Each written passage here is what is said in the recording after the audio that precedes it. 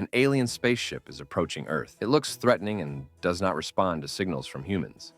A pair of Green Lanterns is sent to intercept it. They demand that the aliens disable their weapons and shut down their engines, but instead, the aliens open fire. The Lanterns hide inside their energy shields, but the spaceship easily destroys them and then erases the heroes themselves. Seeing what happened to the Green Lanterns, members of the Justice League head out to confront the invaders. Among them is Superman, but even he cannot withstand the destructive power of the alien beam. He, along with the Martian Manhunter, is erased from existence. Batman remains in his spacecraft, attempting to evade enemy attacks, but his ship is hit.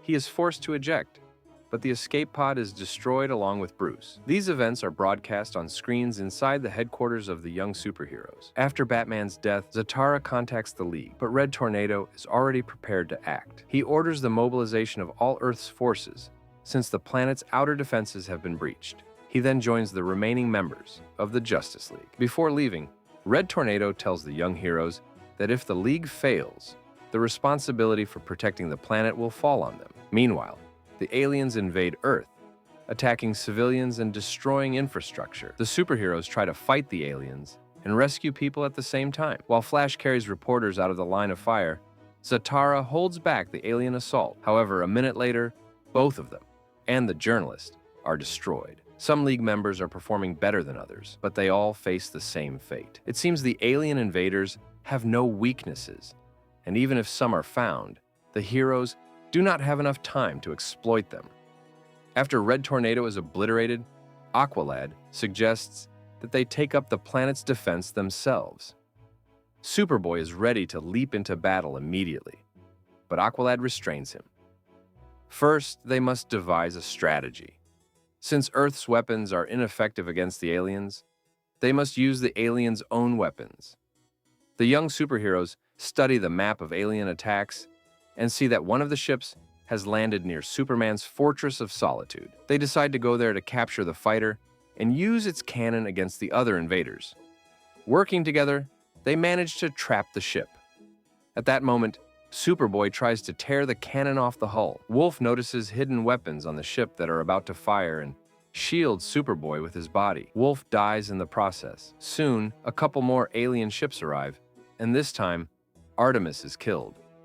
Aqualad uses his powers to take down the one responsible for her death. Afterward, the team boards the ship and flies away. But before that, they attach the alien cannon to their own craft so it can be used against the invaders. Meanwhile, the military is firing tank shells at the alien fighters, but their attacks have no real effect. The turning point comes when the members of the Young Justice team appear. Superboy shoots down one of the alien ships and lands atop it in front of the soldiers. Everyone mistakes him for Superman, and Connor has to explain that he is a different Kryptonian.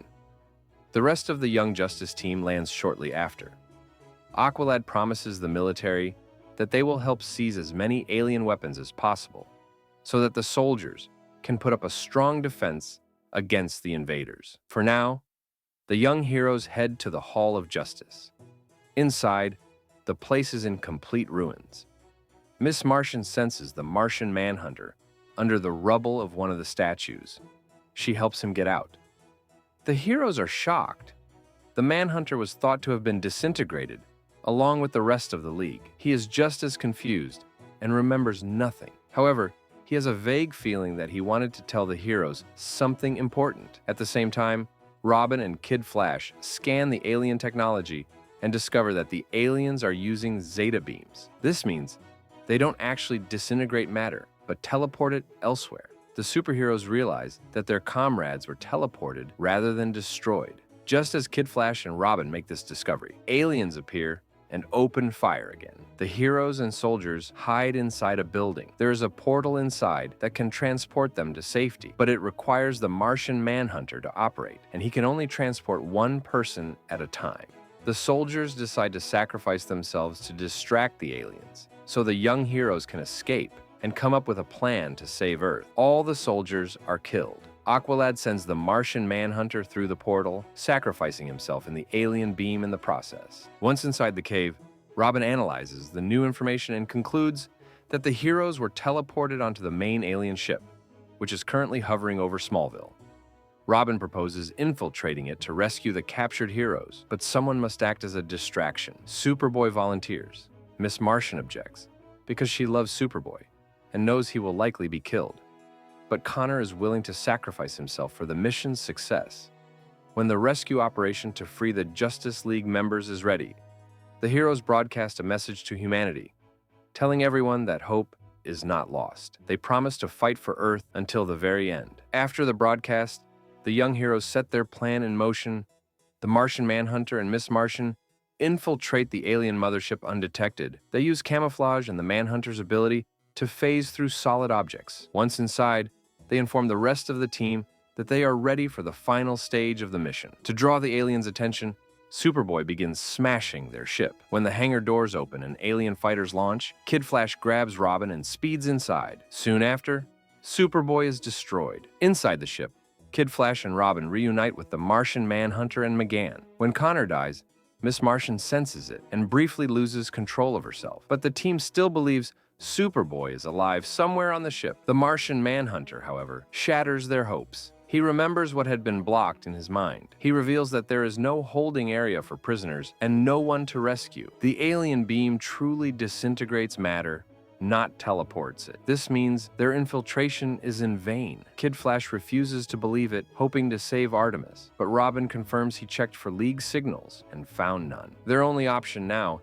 is to destroy the alien ship, to stop the invasion, and avenge their fallen friends. The young heroes bravely push forward and quickly locate the room containing the ship's energy core. Robin is certain that if they blow up the core, the entire mothership will go down with it. As they get closer, the core begins pulling them toward it as if it has its own gravity. At first, they resist, but then they realize this is exactly what they need. They allow themselves to be pulled in and plant explosive charges on the core. Robin has brought just the right amount of explosives. Kid Flash realizes that Robin knew from the very beginning that their real mission was to destroy the mothership, not rescue anyone. But Robin needed to motivate the others, so they came under the pretense of a rescue mission. With 1 minute left on the timer, Robin orders the Martian Manhunter to take Miss Martian and leave. Alien robots surround them, and Robin and Kid Flash stay behind to hold them off. Robin promises they will catch up after blowing the doors open. With just seconds remaining, Robin signals Kid Flash to get ready to run. In the next moment, the alien ship explodes along with its energy core. By then, Miss Martian and the Martian Manhunter are already far away, but suddenly, another alien mothership descends to take the place of the one that was just destroyed. It seems defeating the invaders is impossible. Miss Martian decides they should retreat, but the Martian Manhunter disagrees. He finally remembers everything he had forgotten in the Hall of Justice. He punches through Miss Martian's chest, killing her instantly, and then everything resets. It turns out Miss Martian and the others were inside a simulation the entire time. They entered it to test a new combat strategy. According to the simulation's rules, the enemy was unbeatable. Every attempt to destroy the aliens would only lead to the heroes' defeat. At first, the members of Young Justice were aware they were in a virtual environment created by the Martian Manhunter. But after Artemis died, Miss Martian lost control and forgot it was a simulation, and forced everyone else to forget too. Even the Martian Manhunter couldn't overcome this mental block. When Artemis died in the simulation, she was supposed to wake up in the real world, but instead, she fell into a coma. The Martian Manhunter decided to enter the simulation himself to stop Miss Martian. But once inside, he was overwhelmed by the emotions of the young heroes and forgot his mission. As Aqualad and Superboy died, the Manhunter slowly began regaining his memory. When the alien mothership exploded, his memories returned completely. At that moment, he killed McGann to pull her out of the simulation. If he hadn't, the young heroes would have remained trapped in the simulation forever, their bodies comatose. Thanks to the Martian Manhunter, everyone survived. Now the members of the Justice League understand that Miss Martian's powers are far greater than they had ever imagined.